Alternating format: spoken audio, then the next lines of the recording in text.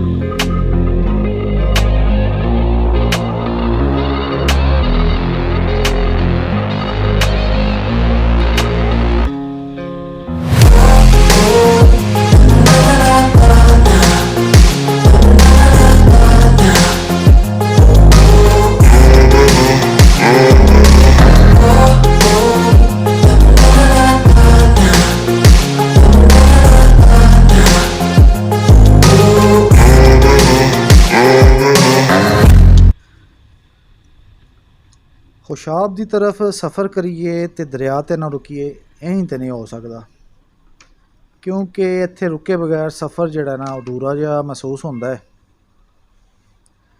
हसबे मामूल इस बार भी असी रुक के दरिया का दिलफरेब मंजर अपनी निगाहां च कैद किया।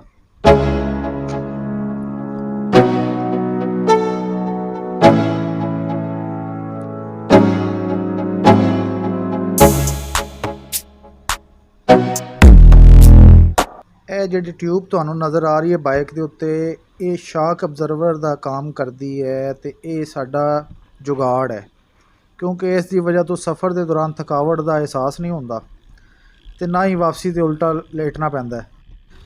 लो जी, हुण कट्ठे दियां पहाड़ियाँ शुरू हो गई हैं। नाश्ता असी खुशाब कर लिया सी। नाश्ते का बड़ा मज़ा आया, क्योंकि अक्सर असी उस होटल तो नाश्ता करते हैं।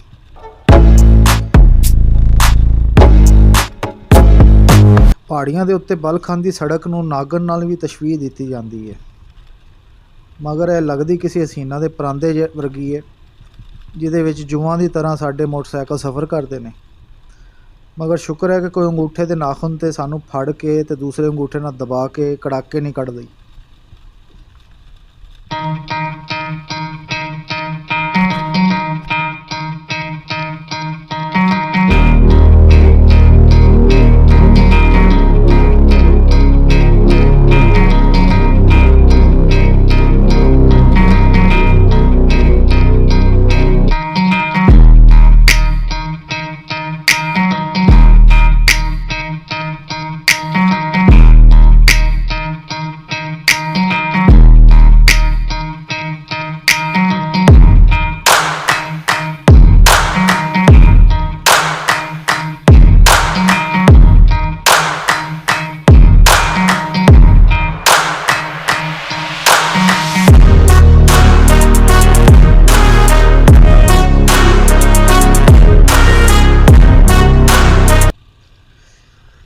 ਦੀਆਂ ਰਾਹਾਂ 'ਤੇ ਸਫ਼ਰ ਜਿੰਨਾ ਪੁਰਲੁਤਫ ਹੁੰਦਾ ਹੈ, ਉਹਦੇ ਨਾਲ ਸਫ਼ਰ ਦਾ ਮਜ਼ਾ ਦੁਬਾਲਾ ਹੋ ਜਾਂਦਾ ਹੈ।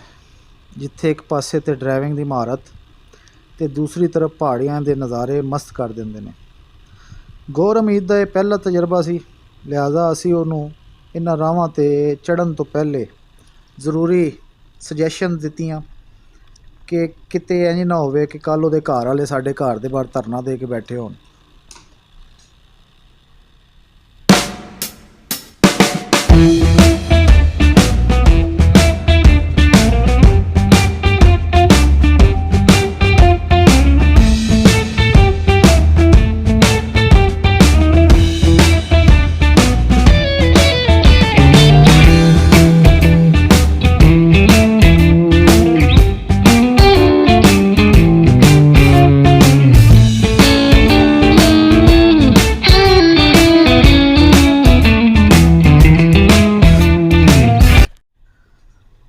ਪਹਿਲ ਚੌਕ ਆ ਗਿਆ।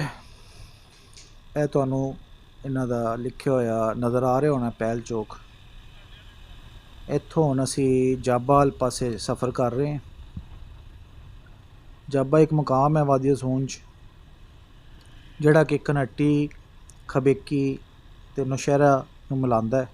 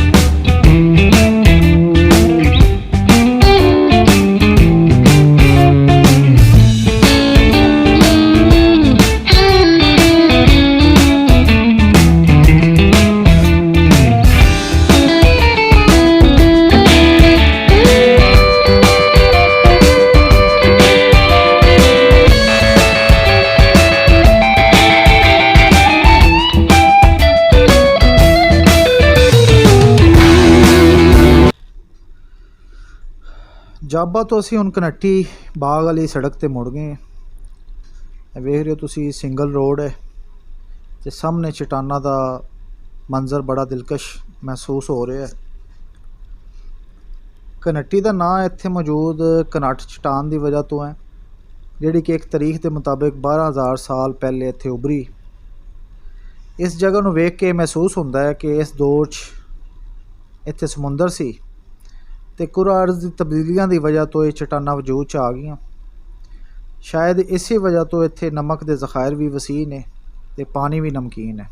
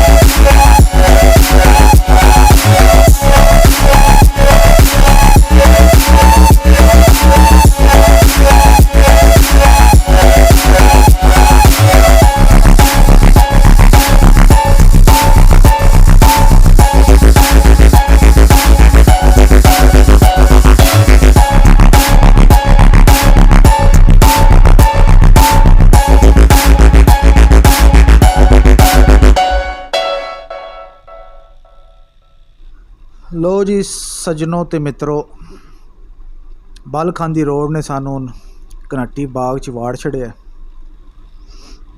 है। असीं हुण कनट्टी बाग च एंटर हो रहे हैं। कनट्टी बाग ज़िला खुशाब दी वादी सोन च वाक़या है। इहदा इस्लामाबाद तो फासला 290 किलोमीटर, लाहौर तो 300 किलोमीटर ते सरगोदा तो 120 किलोमीटर है। इस बाग नूं district engineer district board Shahpur major W वैटबर्न ने 1933 कायम करना शुरू किया। 1934 इस बाग का रकबा डिस्ट्रिक्ट बोर्ड नूं मुंतकिल किया गया। उसी साल दिसंबर इस रकबे ते शजरकारी शुरू की गई, जिहड़ी कि फरवरी 1935 तक मुकम्मल हुई। इस बाग विच बादाम, अखरोट, अनानास, नाशपाती समेत दीगर फलों के दरख्त ने। 1999 इस बाग नूं हार्टिकल्चर रिसर्च इंस्टीट्यूट फैसलाबाद के हवाले किया गया। महकमा ज़राअत खुशाब इसकी देखभाल कर रहा है, लेकिन कनट्टी रेस्ट हाउस PTDC ने 2014 तो संभाल रखा है। ये बाग एक मुरब्बा शक्ल च है, जिदे 3 पासे घना जंगल है, जिसका रकबा 5014 एकड़ है। 15 किस्म के फलदार दरख्त, 60 किस्म की जड़ी बूटियां ते 15 किस्म की घास नाल सजिया ये बाग काबिले दीद है। पंजाब साल्ट रेंज परिंदियां की परवरिश का सब तो वड्डा गार है ते इहदियां नदियां में 6 किस्म दी मछलियां भी पाईयां जांदियां। इहदा कम तो कम दर्जा हरारत 2 डिग्री ते ज़्यादा तो ज़्यादा दर्जा हरारत 36 सेंटीग्रेड होंदा है।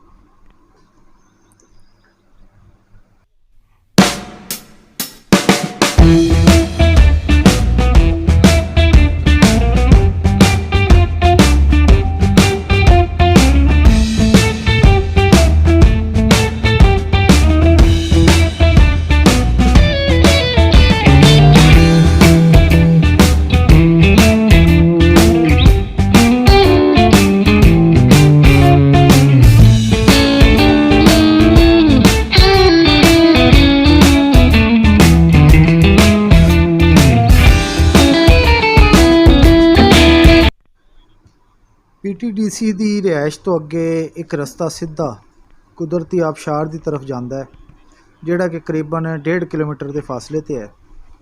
मोटरसाइकिल एक हद तक ही अगे जाते हैं, बाकी रस्ता पैदल तय करना होंदा है, जोड़ा कि काफ़ी दुशवार गुजार है।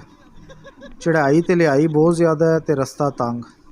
असी प्रोग्राम बनाया कि उत्थे जाके नहाइयां करांगे ते ताज़ा दम होवांगे ते गर्मी दूर भगावांगे।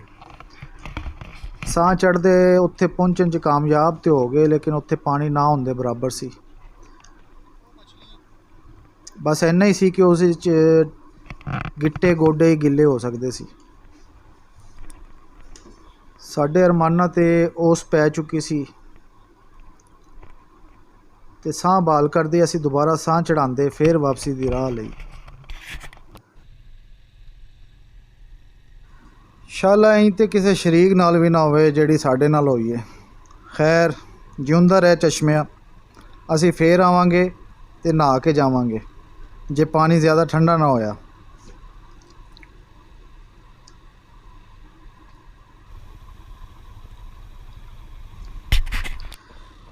असी उम्मीद करते हैं कि तुहानू साडी वीडियो पसंद आई होनी है। अगर तुसी साडा चैनल अजे तक सबसक्राइब नहीं किया तो साडा चैनल सबसक्राइब करो ते घंटी के निशान ते क्लिक करके हामी दी घंटी भी बजा दिओ। रब राखा।